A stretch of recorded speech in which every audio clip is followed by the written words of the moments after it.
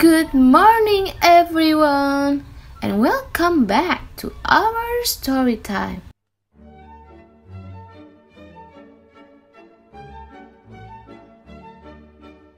Today I'm going to read Anne of Green Gables, illustrated by Ellen Marks.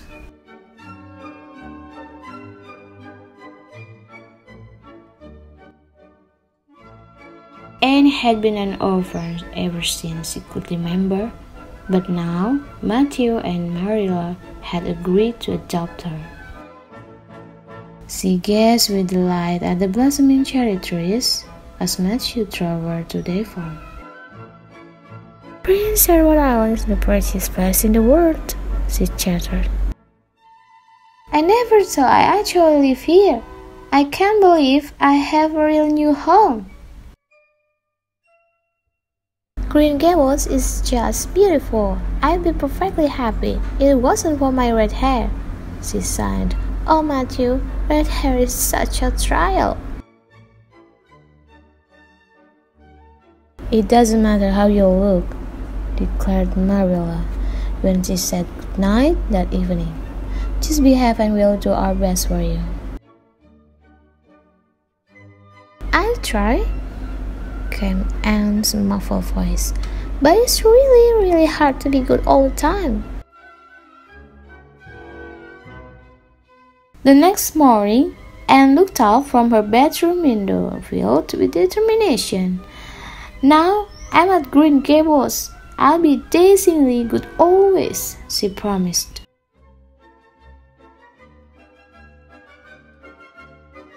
But that very afternoon, Marilla's friend came for tea. "Well," she exclaimed, "what an ugly, skinny child, and her hair's as orange as carrots." "I hate you!" Anne screamed. "You horrible woman!"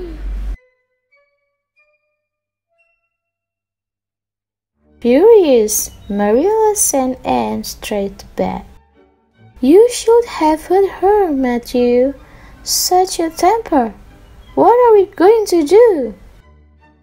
"I'll talk to her," Matthew offered, "and ask her to say sorry." He found Anne sobbing her heart out. "I will say sorry," she sniffed, "but only because it's you asking me, Matthew. You and I are kindred spirits." Anne sank to her knees before Marilla's friend and clasped her hands. "You were right. I'm red-haired and ugly. Please forgive a poor, homeless, unloved orphan." Marilla couldn't help smiling. Anne was actually enjoying her apology. "No house with Anne in it will ever be dull," she told Matthew. "I just hope she doesn't lose her temper at school."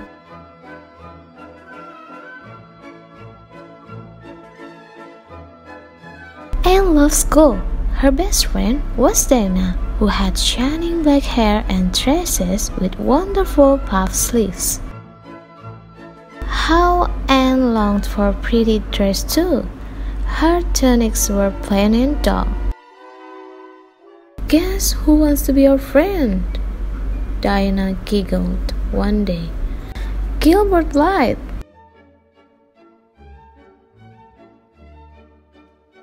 Anne thought Gilbert was cheeky. She ignored him until he whispered, "Hey, carrots!" Then, thwack! Anne wagged her slate on his head. "And Shirley!" shouted the teacher, and had to stand in front of her class for the entire afternoon. She was too angry to cry. Instead, she decided to change her hair, and she vowed she would never, ever forgive Gilbert Blythe. When Anne didn't come down for tea, Marilla went to look for her. "You have got green hair," she gasped. "I dyed it," Anne wailed. "It went wrong." "Oh, Matthew, I'm in the depths of despair," Anne declared the next day. "I didn't think that anything could be worse than red hair." "Cheer up," Matthew smiled. "It will wash out eventually."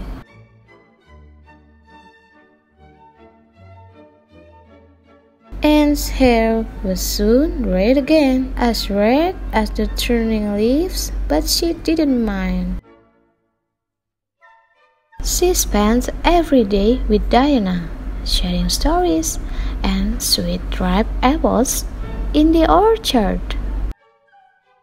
and racing through the frosty winter snows.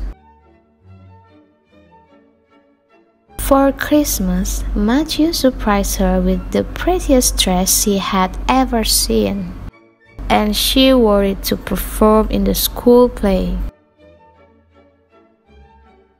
She had never been so happy, but she still wouldn't forgive Gilbert for teasing her about her hair.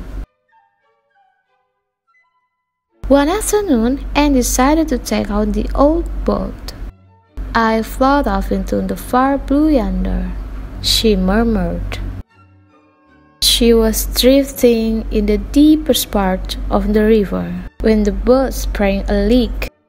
Anne was lost in a sea of daydreams. She didn't notice water filling the boat. "Help!" she yelled as she almost capsized. "Anne?" called a voice. There was Gilbert, pulling her to safety. "I'm sorry I called you carrots. Can we be friends?"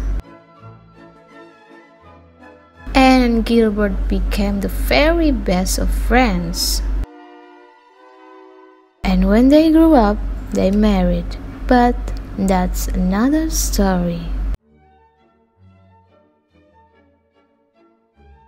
The end. Thanks for listening this story.